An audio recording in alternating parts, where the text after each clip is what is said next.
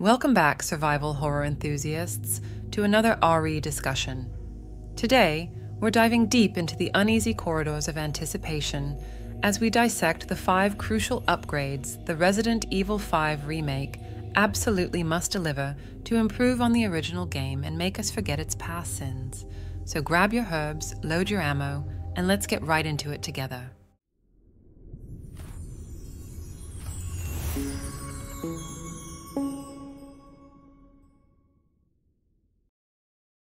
Even though Resident Evil 5 enjoyed commercial success and has its share of fans who appreciate its action-oriented gameplay and cooperative features, it also faced significant criticism for its departures from the series' roots, perceived insensitivity, and failure to innovate sufficiently. In fact, the game was criticized for feeling too similar to its predecessor, Resident Evil 4, without bringing enough fresh ideas to the table. So what can Capcom do to improve this game's reputation? How can they make this project a worthy successor to the highly successful Resident Evil 4 remake? Here are 5 essential upgrades Resident Evil 5 remake must deliver to be a success. Number 1. Enhance the horrific atmosphere. Resident Evil 5 marked a departure from the series' traditional survival horror roots towards a more action-oriented gameplay style. Some fans criticized this shift, feeling that it strayed too far from the atmospheric tension and puzzle-solving elements that defined earlier titles in the franchise. And this is true.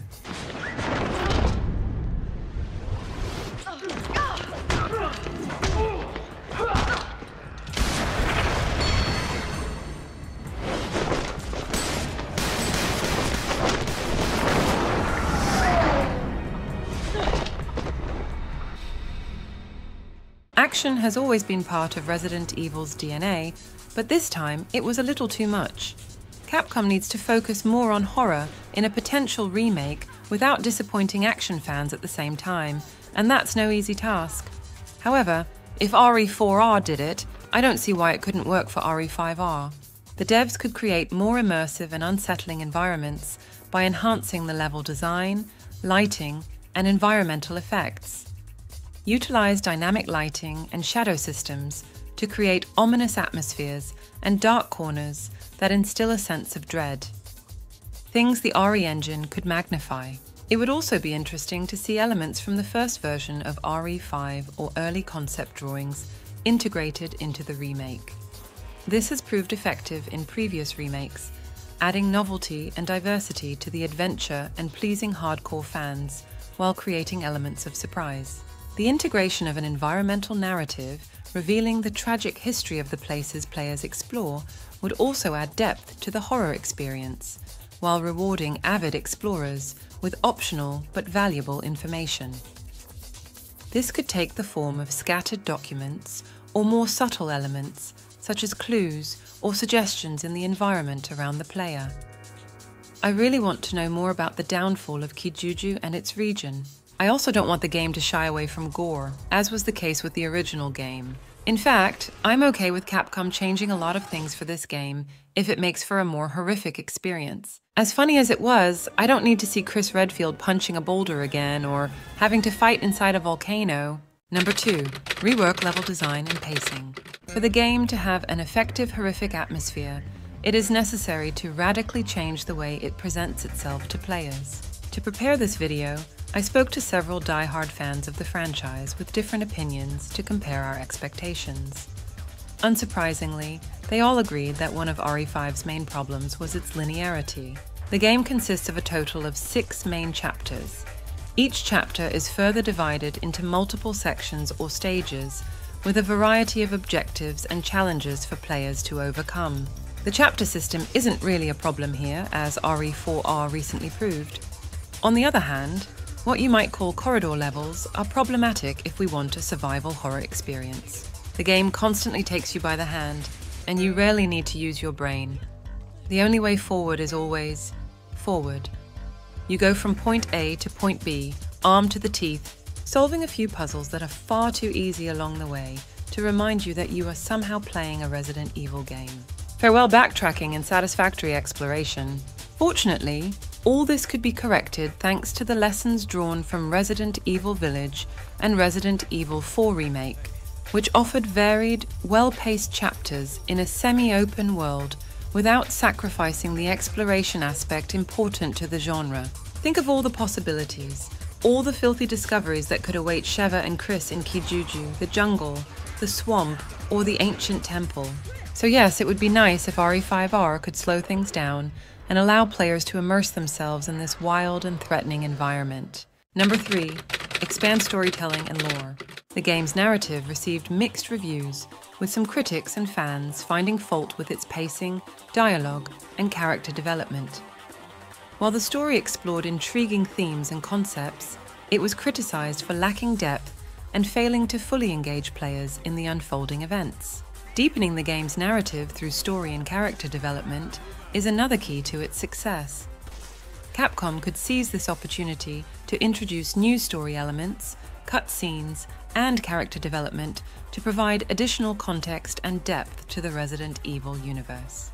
Explore side stories or background elements to enrich the overall experience for newcomers and longtime fans alike.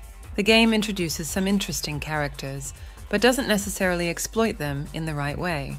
For example, Sheva's backstory is only briefly explained in the middle of the game. As one of the two main characters, I think it's fair to say that she deserves more attention. The remake could be the perfect opportunity to explore more of her motivations for joining the fight against bioterrorism. How was she saved from the terrible accident that claimed the lives of her family? How did she meet Josh and end up joining the B.S.A.A? I'd love it if the remake brought more substance and personality to the character, rather than making her an obvious and sometimes painful AI companion. But more on that later. The story must take the time to develop the character's emotional arcs and vulnerabilities this time around, to make players more invested in their survival. Explore themes of fear, guilt, and desperation as characters confront their inner demons and external threats. Show the psychological toll of the horrors they face, deepening the connection between players and the characters they control. They could age Excella a little and make her directly responsible for the death of Sheva's parents, which would create a higher stakes and a satisfying revenge for her, which would strengthen her appeal to the players and make her presence at Chris's side throughout the adventure legitimate. Or something else, something new. The possibilities are limitless. Number 4, enhance co-op features. Resident Evil 5 is probably still one of the best cooperative games ever created. If a remake were to be created, Capcom could take this chance to revolutionize co-op survival horror. Of course, I'd love to see Resident Evil Outbreak, which is without doubt the best online RE experience ever, return to our consoles and PCs. But I digress. To improve the co-op features in a Resident Evil 5 remake and inject freshness into the experience, developers could consider implementing enhancements such as dynamic co-op puzzles. Introduce puzzles that require coordinated efforts between players to solve. These puzzles could involve manipulating objects, solving riddles, or navigating through hazardous environments, with each player needing to perform specific actions simultaneously to progress. The inclusion of dynamic elements or randomized solutions could add replay value and keep players engaged. Of course, it would be fair to ask for more difficult puzzles than we had in 2009. We like to feel proud of having completed a difficult puzzle, don't we? The game could also give each playable character distinct abilities or specialities that complement each other in cooperative play.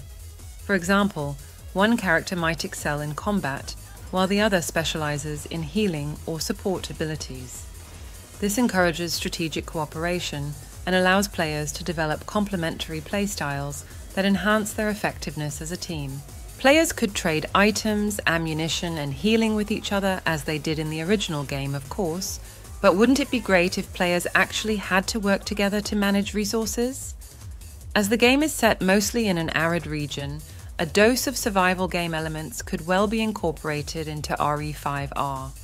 Sheva and Chris might have to find water to regenerate their stamina in a similar way to RE6 with the green herbs. Just an idea. Tell me what you think. Additionally, incorporating a system for crafting or combining items could further incentivize players to work together to maximize their effectiveness. Imagine finding a piece of key while your partner finds the other piece elsewhere. The game could force the players to get together to rebuild the key together and decide who should carry it, instead of it magically appearing in the pockets of the first player to reach the door. Another thing that would be great for this game would be a fully fledged merchant to sell us items and weapons instead of the lazy item management screen.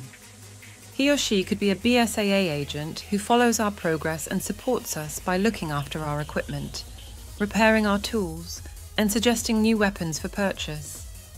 Or this person could be more mysterious, like the Duke and Merchant of RE5R. Number 5. Enhance enemy variety and intelligence. While I agree that RE5 offers a wide variety of enemies, I regret that the game didn't bring enough new ideas to the bestiary compared to its predecessors. The executioner sure made an impression, but apart from him, I wasn't particularly impressed by the game's enemies, and especially the bosses. I'm not particularly fond of the tentacled creatures that the game makes you face several times. Too many times, really. Africa is home to many species of animals and insects. The developers could draw inspiration from the territory in which the game is set to come up with new, never-before-seen creatures that would give the remake its own identity. They could implement some kind of adaptive AI behavior that responds dynamically to player actions and tactics. Enemies should demonstrate intelligent decision-making, such as flanking maneuvers or coordinated attacks. By simulating more lifelike behavior, enemies become more unpredictable and challenging opponents. A Magini could interact with the environment in meaningful ways, such as using cover, manipulating objects, or leveraging environmental hazards to their advantage. This adds complexity to combat encounters and encourages players to consider their surroundings when engaging enemies. Additionally, enemies could adapt their tactics based on environmental conditions, such as exploiting structural weaknesses in the environment. Enemies could evolve or mutate over time, becoming stronger and more formidable as the game progresses. This could be tied to narrative progression or player actions, such as the introduction of new virus strains or the emergence of more powerful enemy variants in response to the player's growing capabilities. By continuously ramping up the challenge, the game maintains tension and keeps players engaged throughout the experience. Capcom made a pretty good job with this in the previous games, and we expect nothing less for the next installment in the franchise. These were just ideas in an ocean of possibilities. Tell me, what are your expectations for a Resident Evil 5 remake?